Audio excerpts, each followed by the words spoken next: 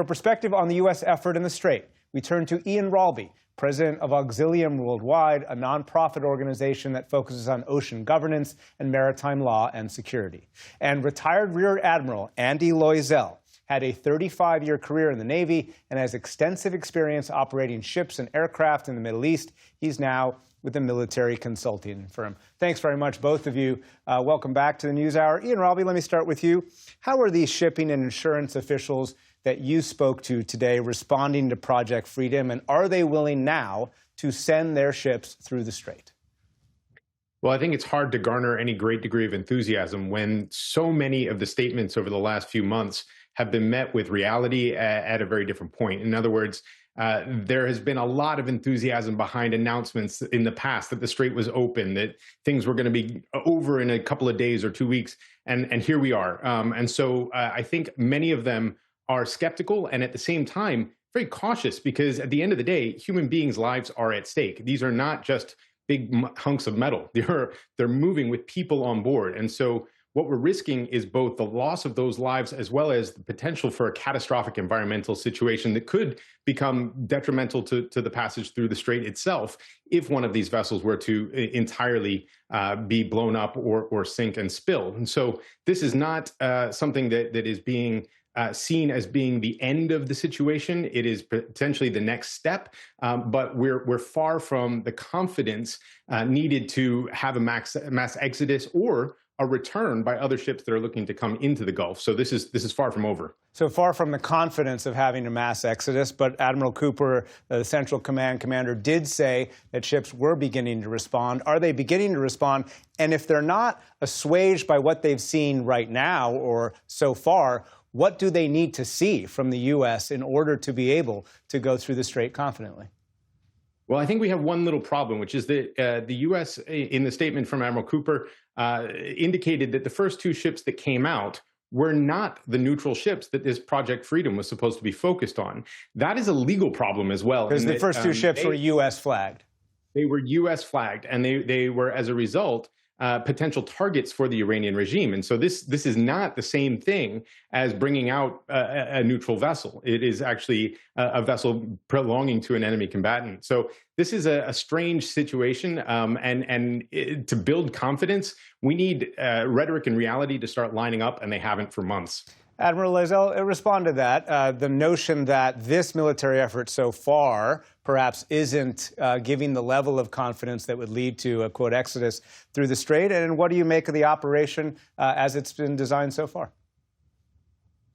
Well, as it's been designed thus far, we haven't had any U.S. vessels hit, and they've been able to, take care of the vessels that have attempted to go through the Strait through the revised transit passage that has been, redesigned to be closer to the coast of Oman.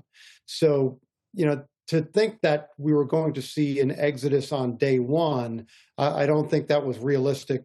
I don't think anybody thought that was going to happen. As Dr. Ralby said, it's going to take some time, and the Iranians clearly lashed out today because this is the last piece on the chessboard for them, and they cannot afford to lose it. So they are going to do whatever they can to try and dissuade everybody from utilizing this opportunity.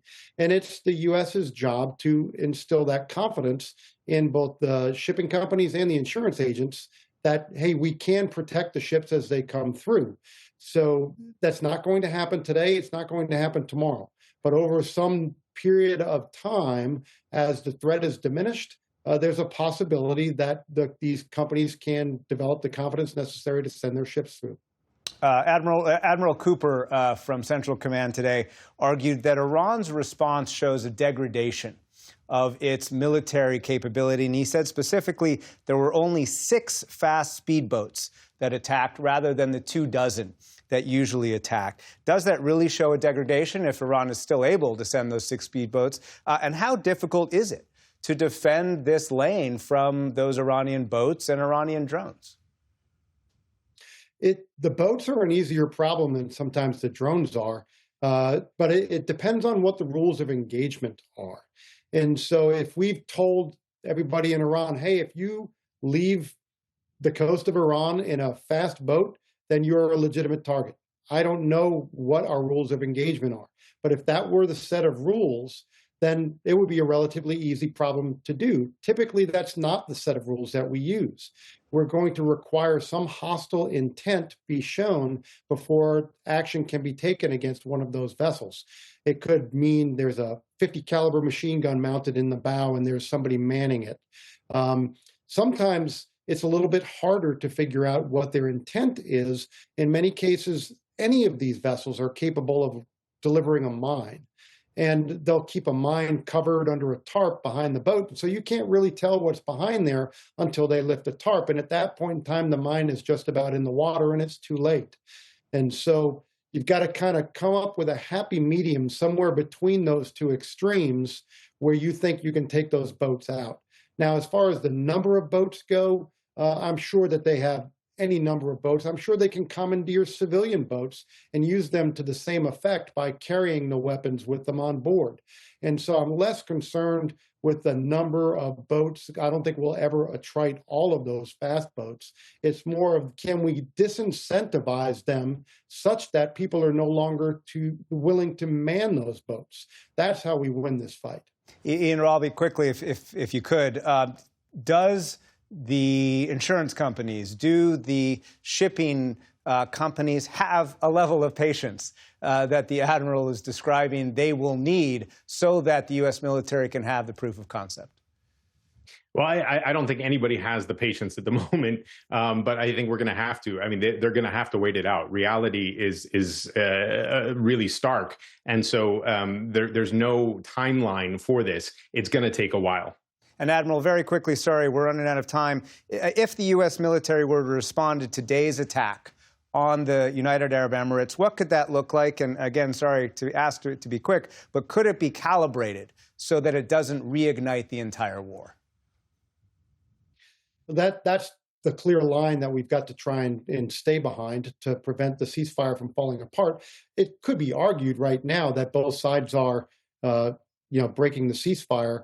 And so I'm not really sure that's the entire point to make. It's more about what is the level of violence that's necessary to protect the ships that are going through. And so I think what it's going to come down to is we are going to demand a certain distance from any ships that are transiting the Gulf. And if you get closer than that distance, then you're a legitimate target. And I think that will be the easiest way to solve the problem. Admiral Loiselle, Ian Ralby, thanks very much to you both. Always a pleasure. Thanks.